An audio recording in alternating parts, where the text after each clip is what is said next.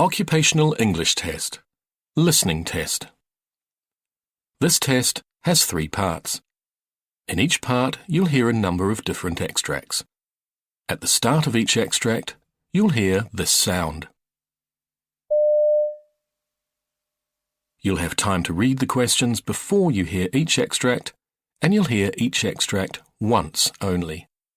Complete your answers as you listen. At the end of the test, you'll have 2 minutes to check your answers. Part A.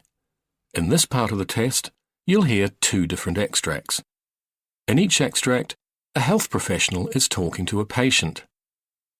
For questions 1 to 24, complete the notes with information you hear. Now look at the notes for extract 1.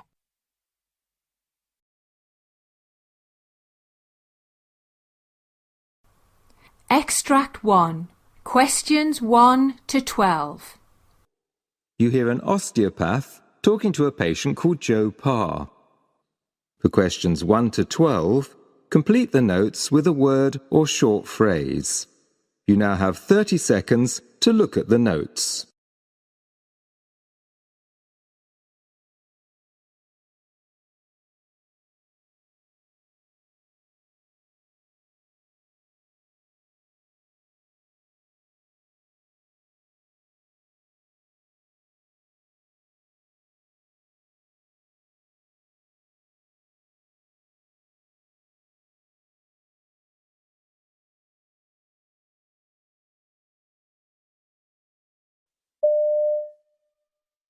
Now, Mr. Parr, I can see from your GP's notes that you've been experiencing some unusual symptoms recently. Well, yes, that's right. You see, it's come on gradually over the last few months. The pain, that is. It began in my hips and it slowly got worse. It soon spread to my lower back, mostly on the right side. I thought I'd just been working too hard and a good rest would sort things out, but I actually find it the opposite. It's much worse after I've slept and it actually feels better following a bit of exercise, which is hard to understand. And is the pain still there in your back? Yeah, but not only there, it's now pretty widespread. Makes me rather moody, to be honest, which isn't like me, because it's now on both sides and it's gradually gone into lots of different areas, like my shoulders. Okay. What's most annoying is it now hurts to walk sometimes, because it's even in my heels now, at the back of them, here. It's really quite tender. I see. That must make things difficult. And have you noticed any other symptoms apart from the pain, I mean?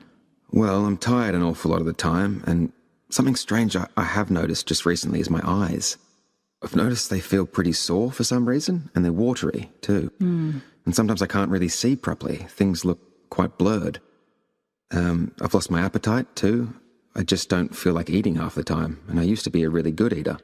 And looking at your GP's notes from your last appointment, I see that she sent you for some blood tests? That's right. And she told me the first one showed I had mild anemia. Okay. That could be why I've felt so tired these last few months, I guess. She said that the following test showed some inflammation, too, which she said was in the bowel. I think that might explain the loss of appetite. And have you found anything that helps with the pain? Nothing makes it go away for any length of time, to be honest. Though I do find that heat often soothes it. You know, heated pads and warm showers. But the pain always returns soon afterwards. Something which does seem to help a little is yoga. A friend of mine teaches it, so she showed me a few exercises to do. I mean, it doesn't get rid of the pain, but it seems to ease it. She suggested acupuncture too, which I tried, but I gave up after a few dozen sessions. It just wasn't making any difference at all. That was disappointing because it was quite expensive, actually. The same friend's just lent me her TENS machine, so I've started using that. It's a funny sensation, you know, the pads on my skin. And I'm not sure if it really helps or not, but I'll stick with it for the moment. I see. And what about your family? Does anyone else have the same sort of problem? Not that I know of. I mean, I'm an only child, and my dad died about 6 months ago. He had advanced lung cancer. My mum's pretty well overall. She even helps out sometimes with my work admin, which I really appreciate. I'm a plumber. I work for myself, and she knows how difficult it's been recently with this pain. It's affecting me quite a bit, to be honest. I mean, I still try to see my friends every weekend. We used to go 10-pin bowling, and I enjoyed that, but I don't go anymore.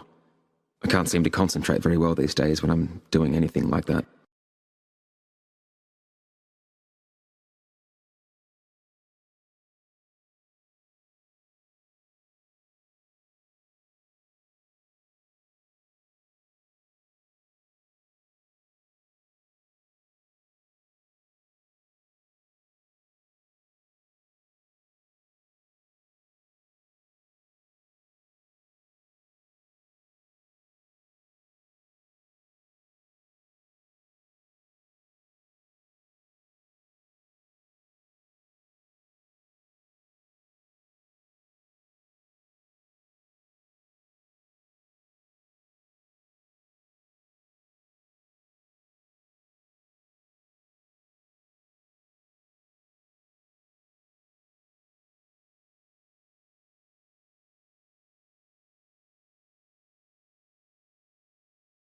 Extract 2, questions 13 to 24.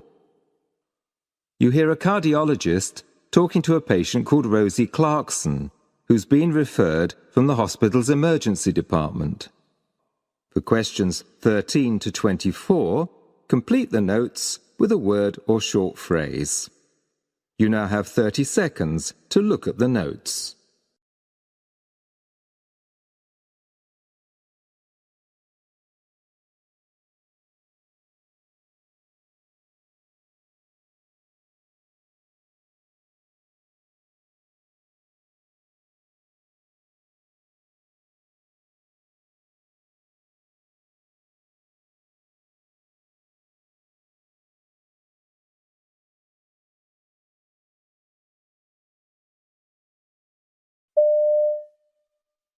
Right, so, Rosie, the emergency doctor sent me your details, but perhaps you could just tell me in your own words what's brought you here today. Sure. Well, about 6 weeks ago in July, I noticed I was getting a sort of a dull ache around my shoulder blades. I do a lot of desk work, and I just thought it was because I was, spending too long in that one position. I didn't really think anything of it. But then we went out for the day last Sunday to a place by the sea. We often go there, but this time, when we walked up the hill to the lighthouse, the ache got worse and I came out in a cold sweat. I mean, I've never had that before, and it was strange. It seemed just to affect my hands and the soles of my feet. I also felt this really bad nausea. I've never had that before either. Anyway, my husband noticed that I was panting and puffing, which is unusual for me. Then both arms started to get this sort of tingling feeling.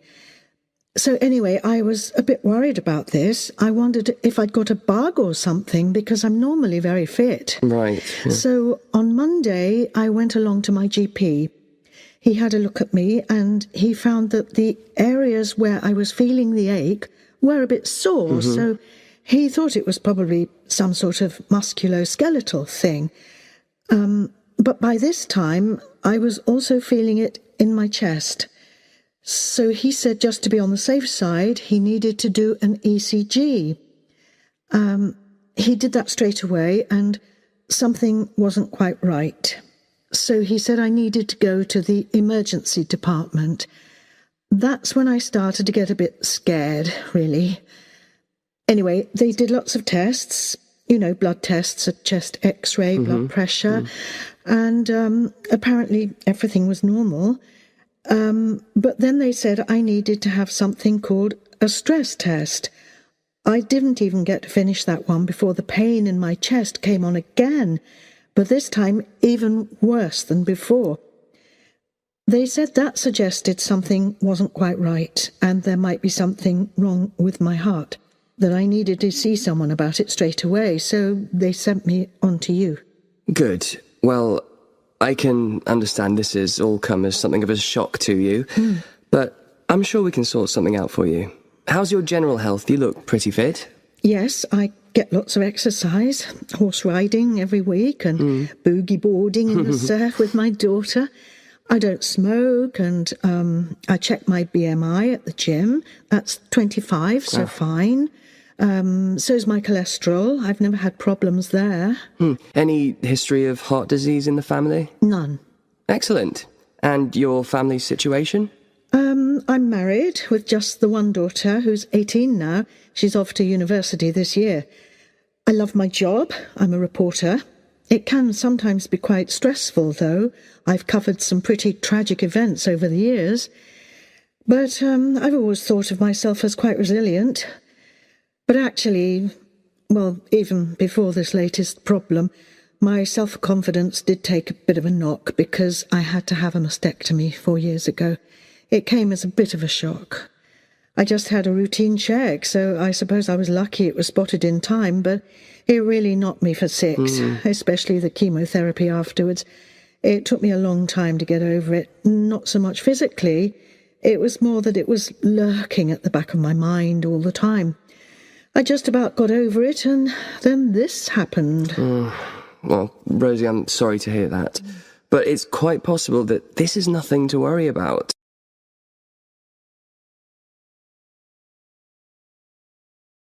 Part B. In this part of the test, you'll hear 6 different extracts. In each extract, you'll hear people talking in a different healthcare setting. For questions 25 to 30, choose the answer A, B, or C, which fits best according to what you hear. You'll have time to read each question before you listen. Complete your answers as you listen.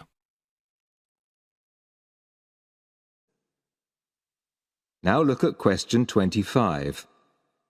You hear a hospital nurse talking to a patient about how to manage his catheter after discharge. Now read the question.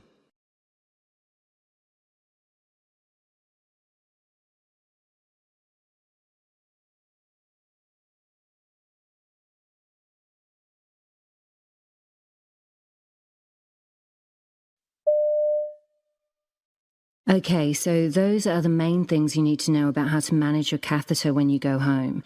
Now, do you have any questions or concerns? Not really. What you said about showering? That isn't going to be easy. Haven't you got a shower at home? I've got one, but I don't like it. I prefer to have a bath. Anyway, I'll manage. Now let me check. I usually use a bit of powder and lotion after I've dried myself. Did you say that's okay? Well, it's best to stick to soap and water and a clean towel. Okay, not a problem. And you said I can clean out the collection bag with a mixture of water and vinegar. But not malt vinegar. You want the white distilled stuff. Right.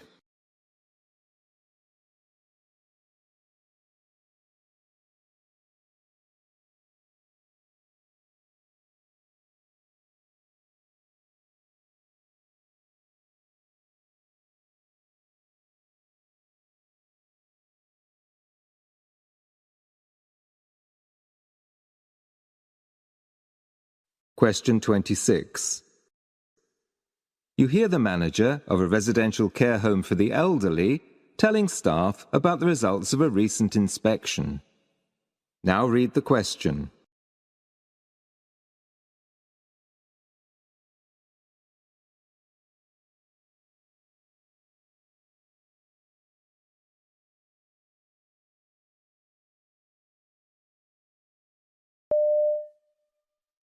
I got the report from last week's inspection this morning. Overall, we came out quite well.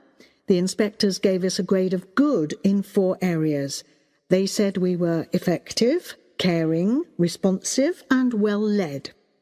Where we didn't do so well was in the 5th area, which is safety. I'll read out what they said here. Just a minute. Right. Medicines were stored securely, and staff received training and competency checks before administering medicines unsupervised. Staff were aware of the protocol to follow if they suspected a patient had been deliberately harmed, but they weren't always able to follow an appropriate course of action when dealing with unexplained bruising, because no ongoing process is in place to analyse such incidents or to identify any patterns or trends. Now, we've already taken action to look into particular cases referred to, but we need to think about how to make general improvements.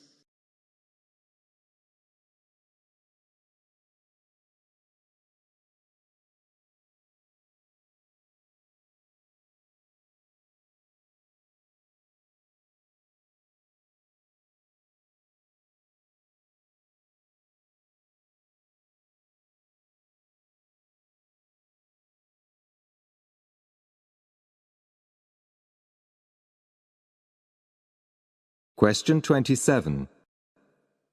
You hear a nurse mentor in an intensive care unit talking to a student nurse about a patient. Now read the question.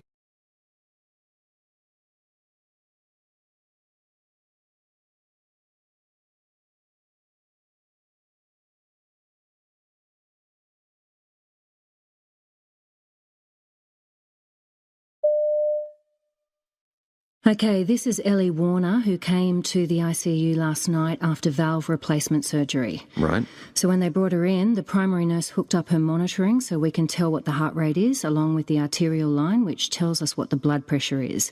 I then checked the other equipment to make sure everything was working properly. Okay. Now, she's post-op day 1, and this morning her endotracheal tube was removed and she was taken off the ventilator. So we're going to turn her and check she doesn't have any pressure sores and do some respiratory therapy to help expand her lungs and teach her some breathing and coughing techniques. It's very important that the lungs are kept clear so infection doesn't build up there. She's currently off the medication and we'll see how that goes.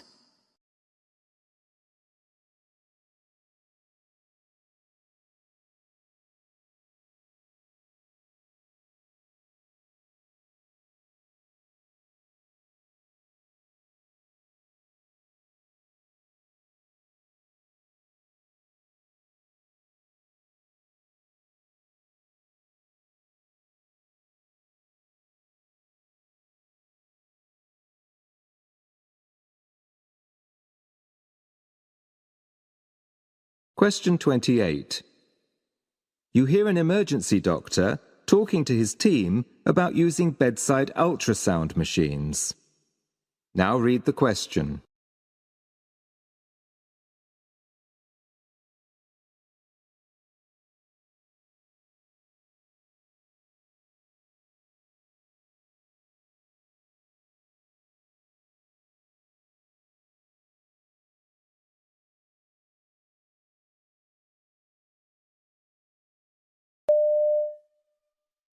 We have ultrasound machines here in the department that we bring to the bedside to look at patients immediately without radiologist supervision.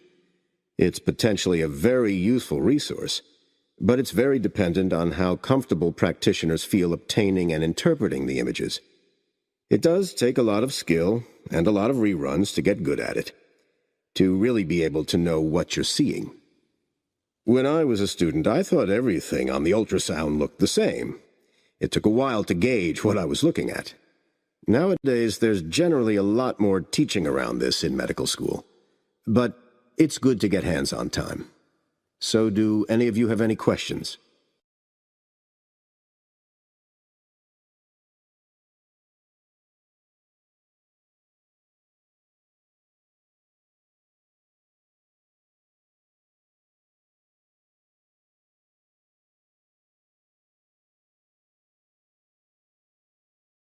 Question 29. You hear a junior doctor asking a consultant about a seriously ill patient who's causing problems. Now read the question.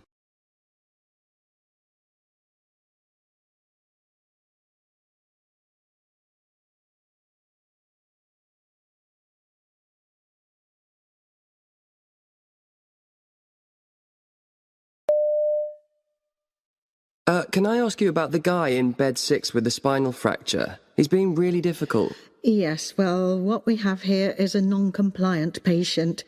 This is a young guy who's been very independent, very active. I mean, he was a runner before his accident and a dealer in a merchant bank, so probably a high earner. And all of a sudden, he's gone from being independent and functioning to being immobilized in bed, having to make decisions that maybe he isn't quite ready to make yet. But he's been dead set against every conceivable thing we've been doing for him since day 1. So how's he ever going to be compliant? Yes, it's a complex case, but you have to remember that he doesn't actually want to die. When he talks to you, his concerns are of the moment. He'll talk about his work, about equities and accounting. That tells you something.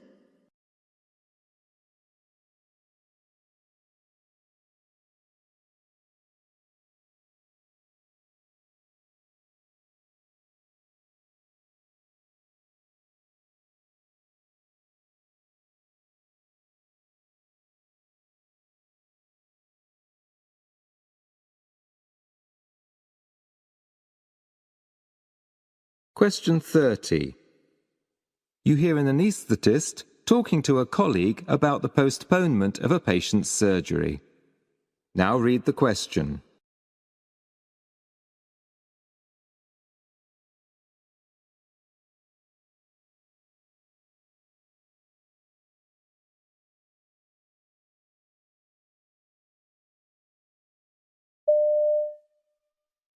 I'm afraid Mr. Lucas won't be having surgery later today. He's going to have to be rescheduled. Okay, but wasn't Mr. Lucas the gentleman whose surgery was postponed last month? Because we needed the cardiologist to check him over and make sure he was fit to have the operation? Yes, that's right. He was given the go-ahead in the end, once his condition had been optimised. Unfortunately, he seems to have developed a bit of a cough overnight. I said he should have called in first thing to inform us rather than coming in. He thought, or rather he hoped, it was nothing, or else it wouldn't make much of a difference. How's he taking it? He seemed upset at first, but he quickly calmed down. He accepts that we can't proceed with surgery if there's a possibility that a patient's picked up a virus.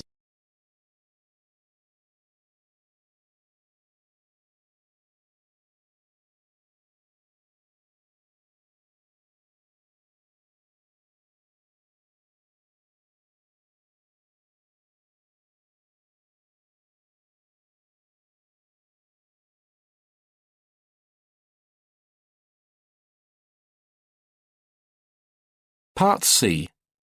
In this part of the test, you'll hear two different extracts. In each extract, you'll hear health professionals talking about aspects of their work. For questions 31 to 42, choose the answer A, B, or C, which fits best according to what you hear. Complete your answers as you listen. Now look at Extract 1. Extract 1, questions 31 to 36. You hear a senior nurse, called Belinda Shelton, giving a presentation about an outreach influenza vaccination project in Australia. You now have 90 seconds to read questions 31 to 36.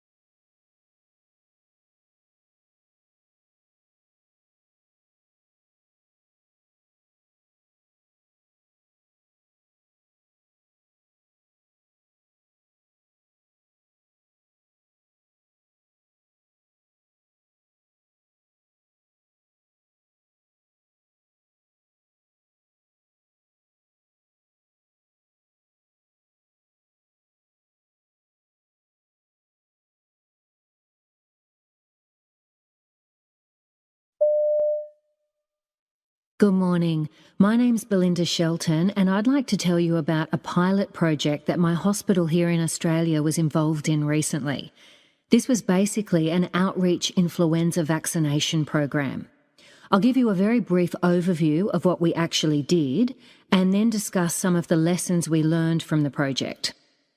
We were particularly interested in investigating high-risk groups to find out whether they were missing out on getting flu vaccinations. So, for example, you might have patients with a range of conditions who are already receiving care from multiple subspecialists. Most of these patients will already have healthcare providers because of their pre-existing conditions, but these healthcare providers may not see their primary role as one of prevention via vaccination. Because of this, we suspected that many of these high-risk patients may not be getting flu vaccinations, even though they don't have to pay for them and there are well-established services for delivery. We identified key populations on 16 sites.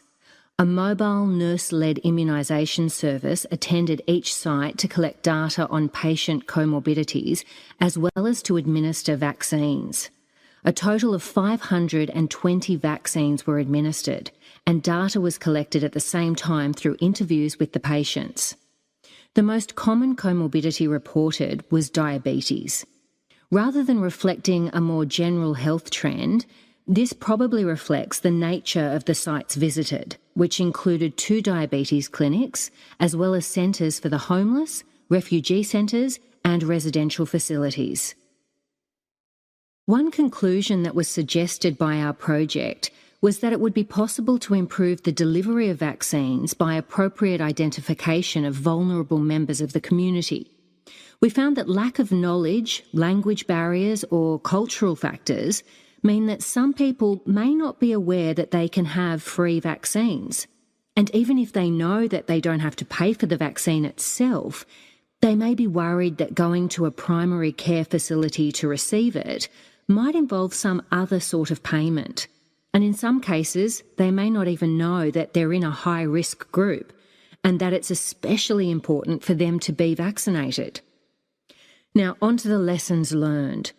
On this project, we included 3 residential care facilities for elderly people. However, we found the aged population in residential facilities already have established guidelines and infrastructure in place to receive vaccinations from their primary healthcare provider. Providing a mobile outreach influenza vaccination service to these residents could have a negative effect on this system and create a problem in the future if the outreach service was no longer available. In addition, it became apparent after the site visits that the majority of vaccinations administered and the priority at those sites were for staff vaccination rather than for residential client vaccination. Although staff vaccination is important, this wasn't the primary objective of the project. One of the most important things we found out was to do with planning the visit to each site. We found that for success on the day of the site visit, it was a good idea to advertise and explain the service beforehand. Another consideration for future years, though, is to do with the fact that peak protection from influenza occurs 3 to 4 months after vaccination. And it's important to be aware of that when deciding on the date when it's going to be administered. And it also became apparent at many of the visits that this model of delivery involving a mobile nurse-led service could be applied in other areas. Feedback from both staff and participants indicated that there was a strong interest and demand for paediatric influenza vaccination and also for other maternal vaccinations such as whooping cough. We found that at many of the refugee sites, attendance was by families, particularly women with young children. It wasn't ideal to be limited in the scope of vaccination when there was both demand and opportunity for it. Similarly, at a number of the sites, pregnant women were aware that they needed protection against conditions such as whooping cough as well as influenza. And since both of these are recommended in pregnancy, this seems the way we should be going. What the project has shown us is that taking vaccines to vulnerable populations is well received and remains an important strategy to maximise uptake. And this is true even within high-income settings with universal access to healthcare, such as Australia.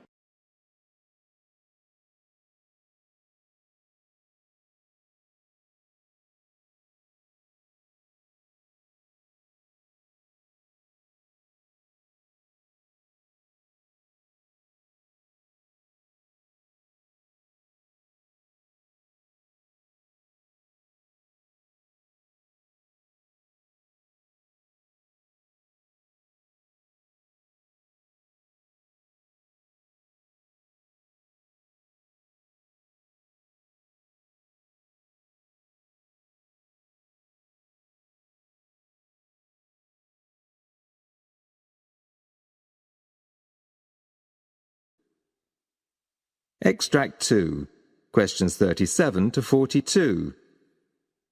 You hear an interview with an ophthalmologist called Dr. Marcus Kane, who's talking about age-related macular degeneration, AMD. You now have 90 seconds to read questions 37 to 42.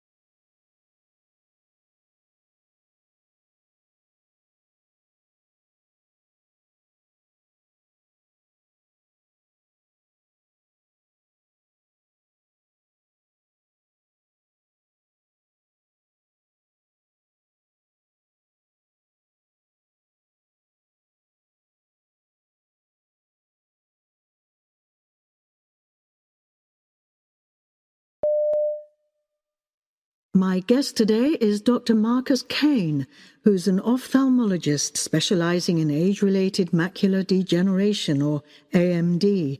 Dr. Kane, this is a very common cause of visual impairment in older people, isn't it? That's right. It's the most common cause of irreversible sight loss in Europe. The macula at the back of the retina typically begins to suffer damage from the age of 50 onwards. It affects straight ahead rather than peripheral vision. In the early stages, a patient may notice problems adjusting from dark to bright lights. Then, as it becomes more severe, serious blurring occurs, so patients can't make out faces, for example. And that can be traumatizing. Indeed, the results can be devastating. What seems particularly cruel is that it prevents people from doing things they take great pleasure in, like reading, watching TV, and doing crosswords. What's called dry AMD accounts for 95% of all cases. Wet AMD is less common but more disabling because abnormal blood vessels grow under the center of the retina, then leak and bleed. Could you tell us about a typical AMD patient of yours? Sure. I'll call her Laura.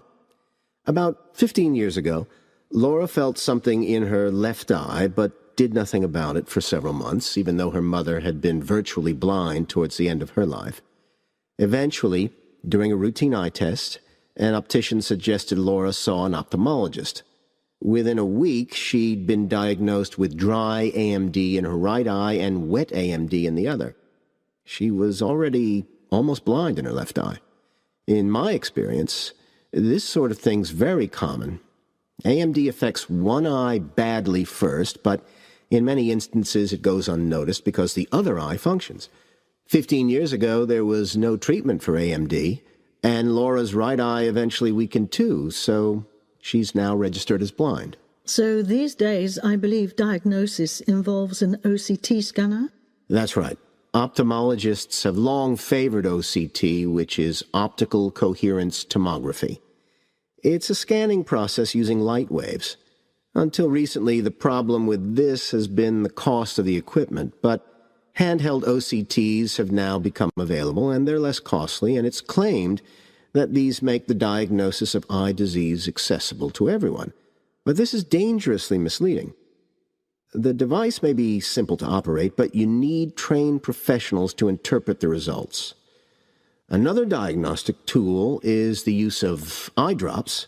These enable specialists to get a better view of the retina through a special magnifying lens.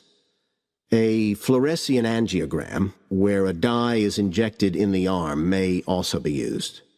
This shows up any leaking blood vessels in the eye, but there can be adverse reactions, including nausea and allergic reactions. How are patients with AMD treated? Until about 10 years ago, there was no treatment.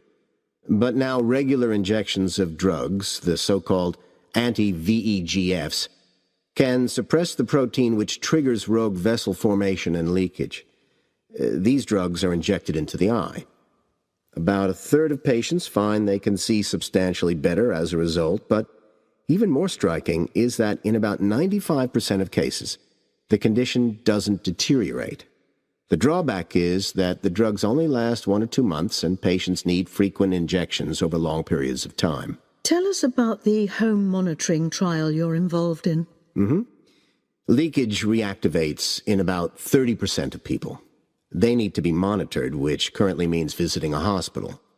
The idea of the trial is that patients regularly test their own vision in the comfort of their own homes.